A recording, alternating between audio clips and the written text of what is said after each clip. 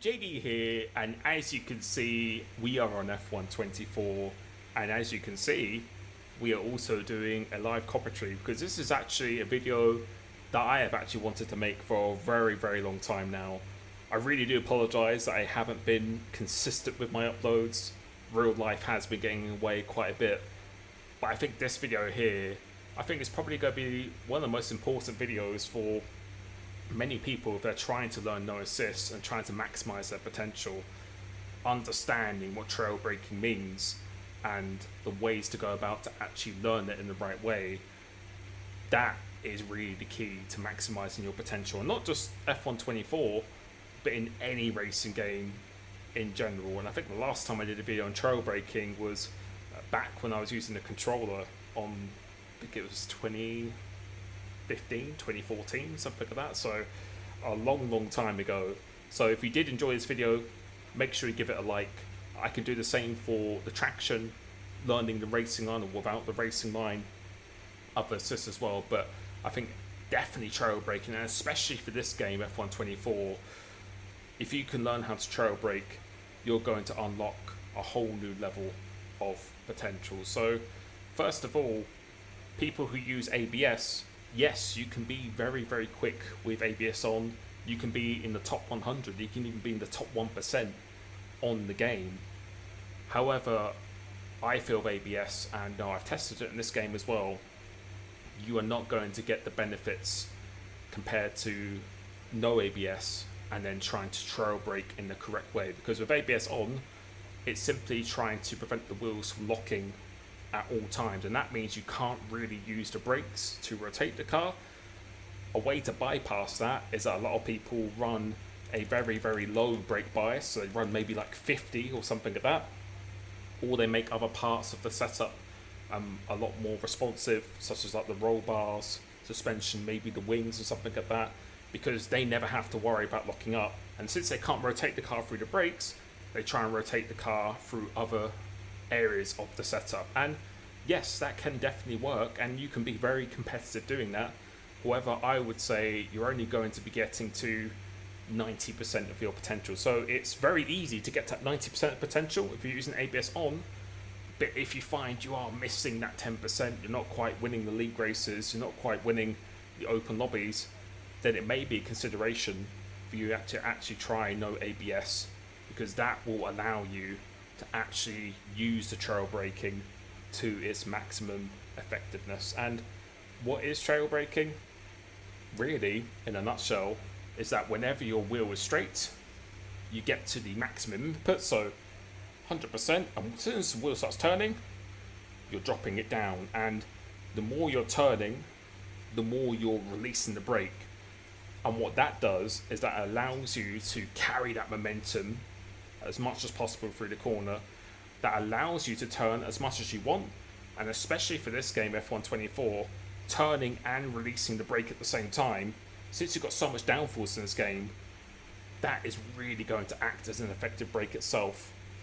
And especially in this one, compared to F123, where you really did mirror whatever your steering wheel's doing, you're really mirroring the release of the brake at the same speed.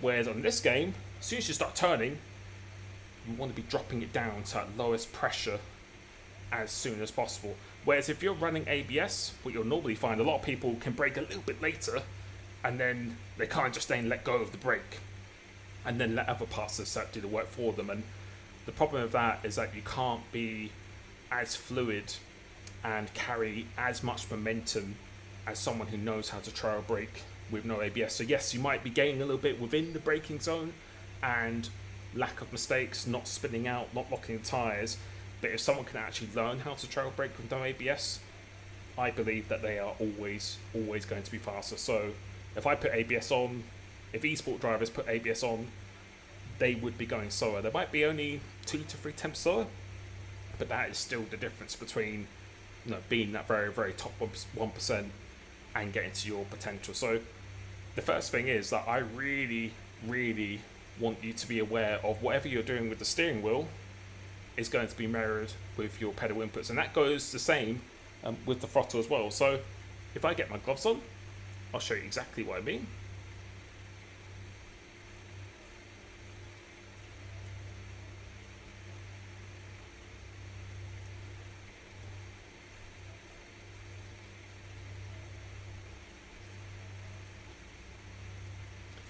Right, so before we even start driving, I want you to imagine that we're going into this turn 1, or maybe even the second braking zone at the top of the hill. The way I'm going to be braking is this, so you want to get to that maximum pressure, so not every corner needs 100%, and this is the thing, when people are turning off ABS for the first time, they're absolutely terrified of getting to that 100%. The thing is, you'll only be locking the tyres, either the front or rears, if you keep on a high pressure for too long, the car slows down so much and you're still staying at high pressure, then you'll lock up. Or if you turn too much whilst the pressure is still quite high.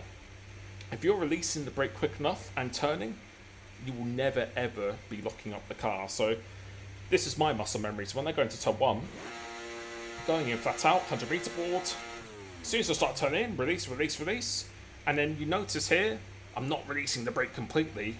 I'm bringing it down to a really, really low pressure, and what that does is that allows me to really carry that momentum. So the speed that I'm coming from this 100% down to here as I'm turning in, that allows me to carry that momentum, and I can turn as much as possible.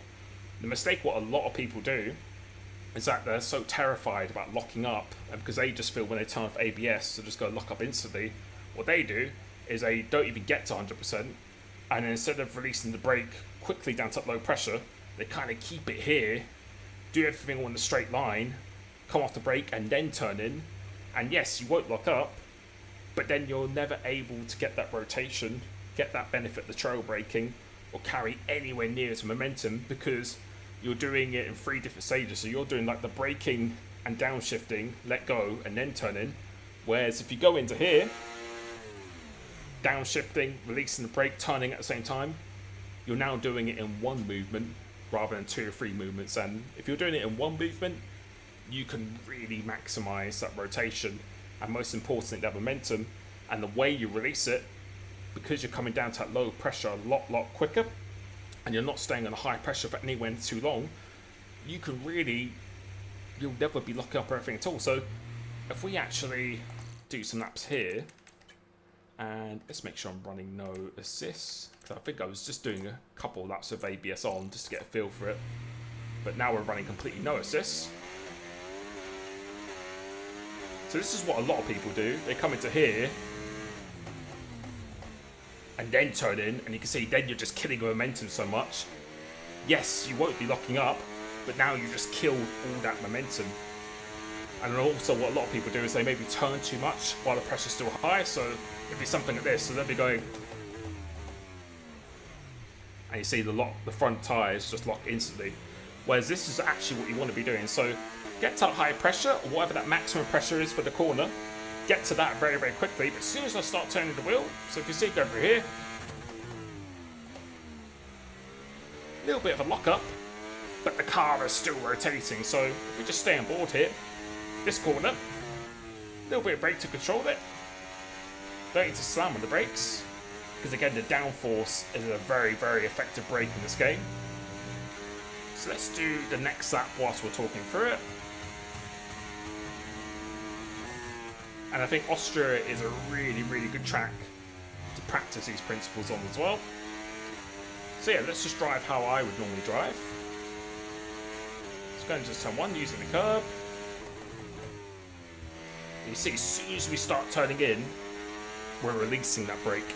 So again, going through here, this is a very difficult corner.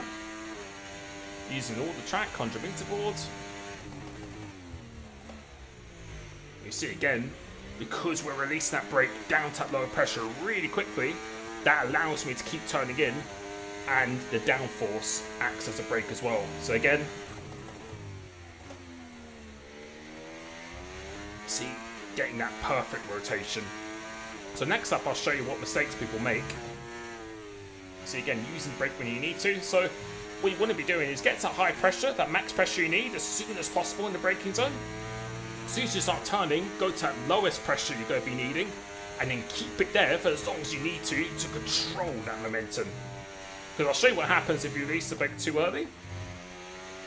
So if we do the first part right, going to turn 1, but then halfway through the corner I just let go, let's see what happens. So go into here, do the first part right, let go. you're just going to go straight on straight away. And if I don't release the brake quick enough, let's see what happens going to here. So, do the first part right.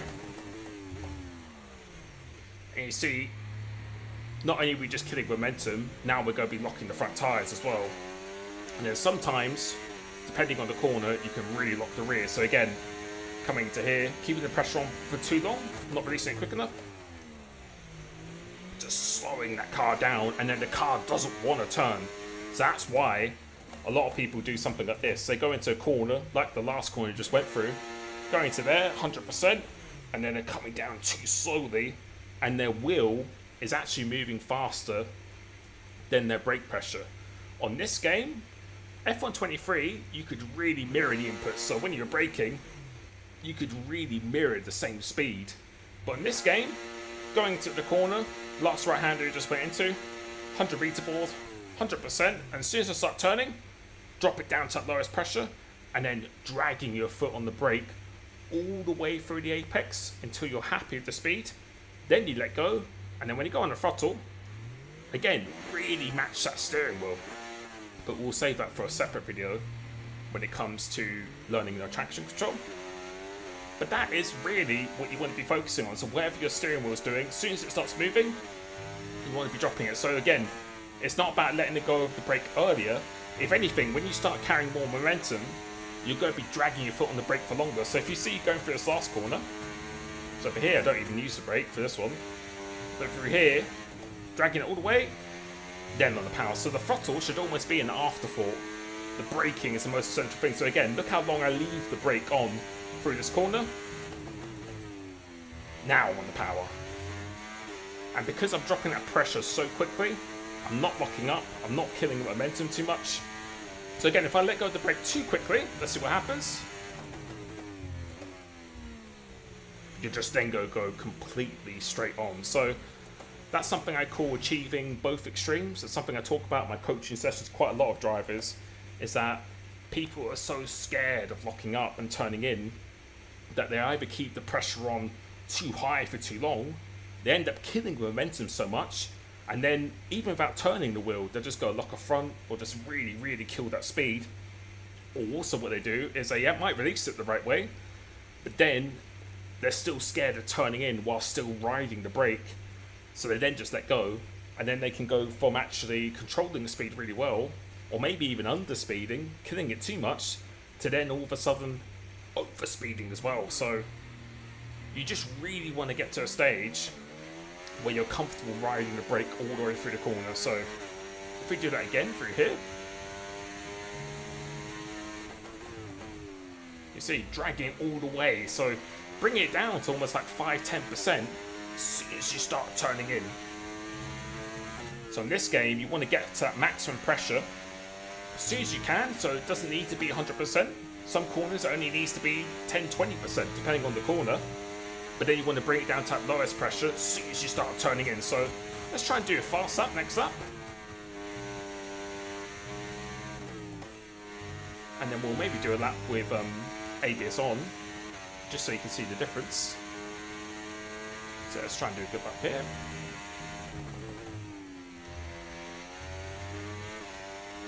Yeah, this isn't going to be the fastest lap in the world, but let's just see what we can do. So again, watch the brakes.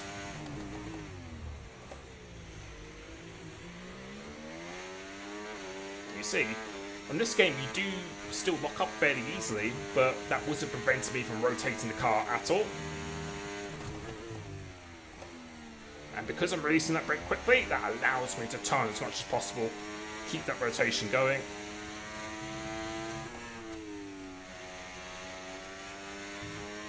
Keep going.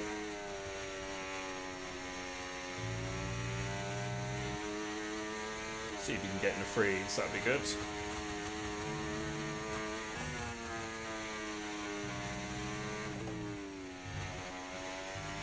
Nice. So yeah, that was a 3.8. So again, just to finish off on recap, really imagine whatever you're doing with your steering wheel, it's almost going to be mirrored with your pedal inputs. And again, this is the same for the throttle, which I will save for the traction video. But again, if we imagine we're going into the second braking zone, or potentially even this turn 1, going to here, get it to 100%, as soon as you start turning in, you want to bring it down to that lowest point as soon as possible. That's going to allow you to brake, downshift and turn at the same time.